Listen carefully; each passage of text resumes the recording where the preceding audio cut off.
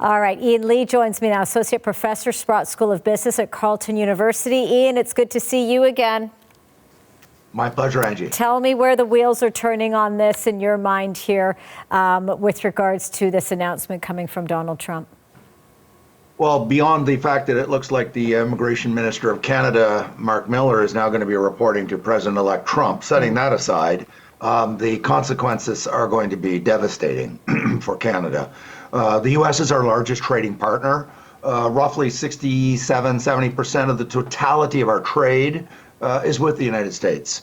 2/3 of our GDP is dependent on trade.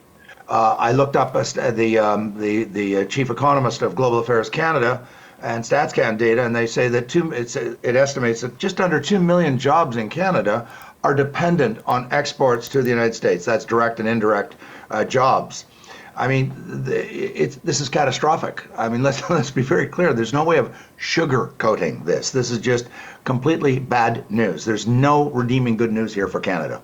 And we're certainly getting a lot of reaction coming from many people. We've heard from Jagmeet Singh, the Quebec Premier François Legault, putting this out on X, saying this promise by President-elect Donald Trump poses an enormous risk to the Quebec and Canadian economies. We must do everything possible, yes, to avoid 25% tariffs on all products exported to the United States. Border integrity must be the priority of the federal government. Offer the full cooperation of the Quebec government to Prime Minister Trudeau.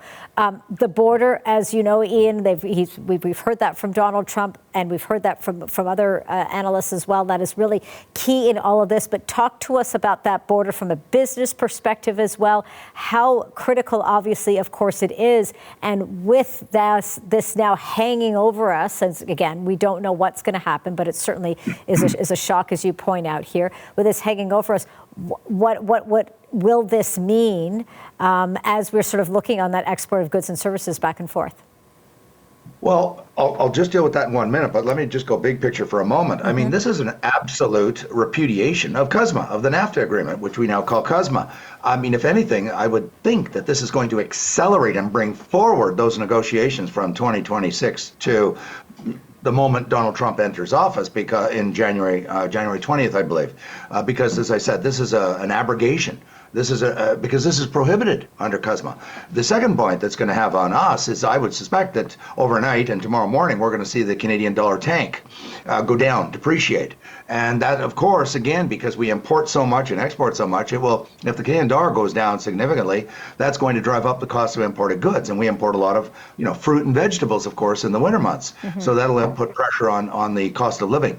But in terms of the border, this couldn't come at a worse time, because we've had all these strikes in Canada, Port of Vancouver, Port of Montreal, the CN Rail, CP, and we were already, shall we say, a not very reliable partner. And then along comes this, which could almost close the border in terms of the movement of goods and services. And there's a staggering amount of goods that cross those borders, those bridges, every day, upwards of $2 billion a day.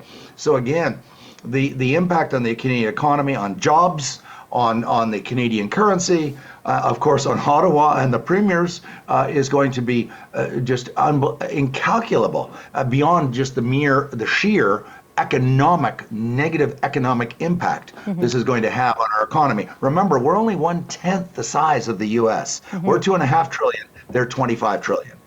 You talked about the cost of living. You mentioned that briefly, Ian, but let's pull away the layers on that as well, because the concern is any additional tax, whether we're talking about 25% or anything, will eventually spill over onto the consumer. Oh, for sure, because I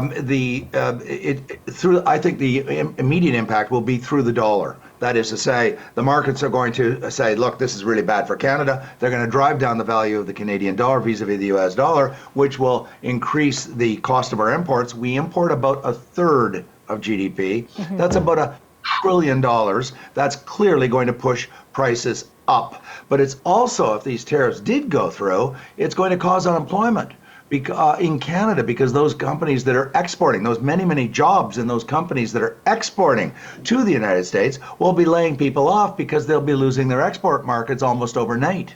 And so, I mean, when you lose a market of that magnitude, and you're an exporter in Southern Ontario, for example, in the auto industry with auto parts, this is going to almost put you out of business. And so again, this isn't theory. This is really catastrophic, which is why I think that we're going to need all hands on deck, the Premier, the Prime Minister, and possibly offering to renegotiate CUSMA now, move that timetable up. Of course, we want you to reverse this, but we're going to have to offer something more than, oh my goodness, this is going to hurt Canadians a lot. I mean, Trump already understands that. That's why he's threatening us with this.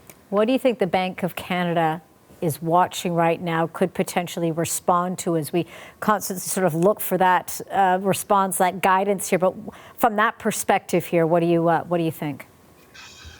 They may issue soothing words, but for those who are saying, well, this is clearly time for a bigger rate cut, well, all that's going to do is accelerate the depreciation of the Canadian dollar, because there's already a gap between the central bank rate, interest rate in the States and in Canada. That's been partially contributing to the depreciation of the Canadian dollar. If they were to say, you know, oh, well, this is a real crisis, we're going to drive down interest rates by another 0.5 point, that will make the decline of the dollar even worse. And that will cause imported goods to cost even more, which will push up inflation even more. So I cannot imagine that the central bank would be saying, gee whiz, let's go and cut interest rates by 0.5 point or more in light of this. It would just be so, again, it would be counterproductive to the Canadian economy. I think the solution is more going to be political rather than, for example, central bank intervention. Before I let you go, Ian, last question to you here. What are you watching for now?